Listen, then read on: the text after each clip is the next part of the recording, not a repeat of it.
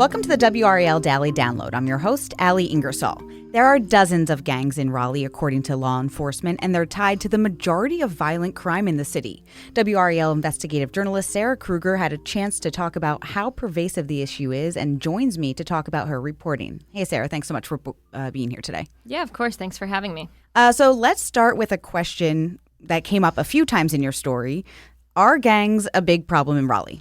So that depends on who you ask. So for my story, I interviewed a recently retired gang investigator who did work for decades in the Wake County area. And according to him, yes, they are a problem here, and they're a problem a lot of places. He said the majority of the violence in our area can be tied back to gangs somehow.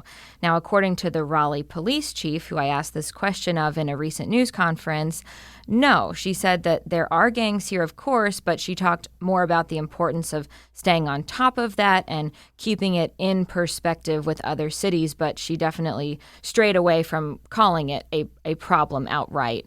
And likewise, I think, there are some people listening who might live in areas with more gang activity or whose lives have been touched directly and tangibly by gang violence who would answer that question differently than someone who lives in an area with a lower gang crime rate. So really varying opinions on that question that you asked. Definitely, yeah. I think that's why you kind of asked it of several people several times throughout the story. Mm-hmm. So as you mentioned, you talked with several people, but let's start with BC Sanders. So first off, tell me, who is this person? How did you get connected to him? What's his story here? Yeah, so he asked us not to be too specific about his background just for his own safety, but I can say that he retired several months ago, and for his whole career prior to that, we're talking about decades, he worked in this area, and a lot of that time was specifically working to dismantle gangs. And he believes in a really holistic and honestly optimistic approach to gangs. One theme of talking to him was I could really see how he was able to see past gang affiliation and see gang members as people. And he really kept the humanity centered in all of that. And he even talked about how there are some people who are former gang members that he would now count as friends that he got to know through work and, through one-on-one conversations and really trying to one by one turn this gang problem around. And in terms of how I got connected with him, I was trying to interview someone with direct, immediate knowledge of the gang culture and the gang prevalence here. There aren't probably too many people who fit that category. And certainly, we face challenges talking to people who are current investigators because they have a lot of limitations on them, either personally for their safety or through their jobs. So through talking with different people in this area, his name came up. And thankfully, I was able to connect with him and speak with him for a very long time. Our interview was about an hour long. Oh, wow. I bet he had a lot of really invaluable insight into this issue. He did, yes. What was he saying during his career? How has he seen the gang violence change in Raleigh? Yeah, so he talked about the changing face of gangs. So for one, more women joining gangs. In one of my questions, I said, how easy is it for a young man to join a gang in Raleigh? And he said, well, very easy, but also you shouldn't just say, young men, because there are a lot of women joining as well. He also talked about when there are gang shootings, one thing that they're seeing now is more rounds being fired, either because of more automatic weapons being out there or because of more shooters being involved in these incidents. And then a big thing is more young people joining gangs and being asked to do really serious crimes on behalf of the gangs because their punishment in the juvenile system will likely be less severe. So he estimates about 50 different gang subsets are in our area in the Wake County region. That's really interesting about the younger people because of the less severe punishment. So a little about these gangs. Are these local gangs like area code gangs, those kinds of things? Are there ties to national groups? So certainly, yes. He talked about ties to national groups and even ties internationally. And he said, that was one thing that would really stun people about how gangs operate in the Raleigh area. And he talked about how really all the gangs here originated somewhere else, Chicago, Los Angeles, for example, and now they have branches here, and they could have one branch in Durham and one branch in Raleigh, and those two branches, may not even be really connected or on the same page and can have division and conflict even within themselves. So I guess the categories are sometimes a little bit nebulous, but definitely a number of gangs, dozens of gangs in this area, according to him. You also talked to the U.S. Attorney for the Eastern District of North Carolina. So what's his department doing about the gang issue? Gang violence is definitely a concern for his office, too, amid efforts to try to make this area as safe a place as it can be. He talked about international cartels relying on American gangs to be their distribution source. And Mike Easley, the U.S. attorney, said that, that can mean more fentanyl dealing, too, which we know is super dangerous.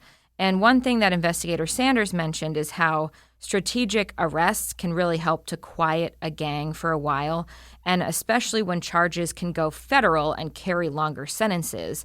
And so that's a key part of the solution and where the U.S. Attorney's Office can really come in. Sanders was saying he saw a notable difference. That was something that people on the streets were worried about, like, oh, no, I don't want these charges to go federal, because if they do, it would mean likely more serious consequences.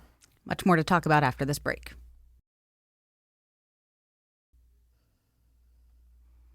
All right, welcome back. So, Sarah, what are some of the signs that we have gang violence in Raleigh? So sometimes they're obvious and sometimes they're not. One thing that Sanders pointed out is graffiti, and that's sort of a classic sign of gangs. Now, of course, not all graffiti is done by gangs or, in the name of gangs, but certainly some of it. And then, of course, violence itself. And it can be hard for us or for the general public to know what's gang-affiliated or gang-related because officers don't always want to disclose that information. But certainly in the last few years, Sanders says the majority of violence in the Wake County area can be tied somehow to gangs. Yeah, I think the graffiti part's super interesting. You saw some of it, right? We did, yeah, and it was very clear. It says Bloods, and it says the gang name. So that's pretty overt. I think that's something I'll keep an eye out for as I'm going around more now. What made you interested in doing this story? So I've done a lot of stories about violence and violent incidents, and there's often this lingering question in the community about, is this random or is this gang violence? And I think the extent to which we can answer that may help empower people with knowledge. And, even just in my conversations with my friends who are also our viewers, they want to know a lot of times, that shooting, was that a random shooting or was that a gang shooting? And I think that's just on a lot of people's minds. Fundamentally, we want to know the amount of danger that we're in doing daily activities. So I think generally if people know that a lot of crime is gang member against gang member, they may be able to feel a little more secure in their own daily lives if they're not in a gang. And of course, it's all concerning regardless, but really just trying to get the chance to answer some questions that have been percolating for years across various stories. It was a great opportunity to have this chance to speak with Investigator Sanders. Yeah, I was going to say that conversation with Investigator Sanders, right? This story is only a couple minutes long. There's so much you said probably that you and couldn't. We are putting the full interview on our website so people can watch it on WRAL.com because we had to edit a lot of it down, but I know there will be interest in more of it, so we have it up there if anyone wants to listen to it. Yeah, that's definitely great, and I'm sure a lot of people will. So how exactly do we go about stopping this problem from escalating in our community? So there were two main areas of focus, I think, that Sanders kind of honed in on.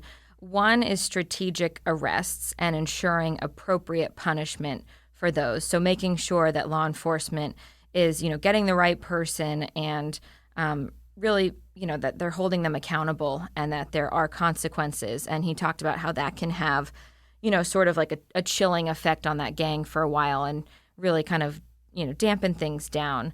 Then number two is the community. And I think we often hear that from law enforcement and from public officials alike, that officers cannot do this alone. So Sanders talked about the need for mentoring and really getting to people young to prevent kids from joining gangs, showing them there's another way.